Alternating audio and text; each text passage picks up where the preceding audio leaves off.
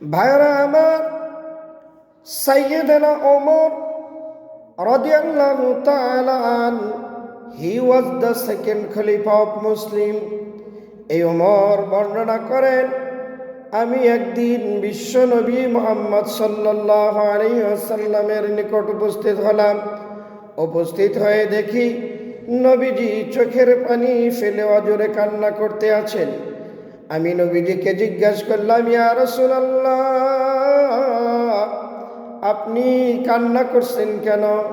নবীজি উত্তর দিলেন, এইমাত্র জিবরাইল আমিন এসে আমাকে শুনিয়ে গেলেন, ওগো আল্লাহর রসুল, মুসলমান বৃদ্ধ হয়ে গেলে, অর্থাৎ বৃদ্ধ অবস্থায় যদি কোনো মুসলমান মারা যায়, ওই মুসলমানকে আল্লাহ জাহান্নামে দিতে লজ্জাবোধ করেন। আমি কান্না করি এই জন্য, একজন মুসলমান যখন বৃদ্ধ হয়ে যায়, সে আল্লাহর সাথে নাফরমানি করতে লজ্জাবোধ করে না কেন?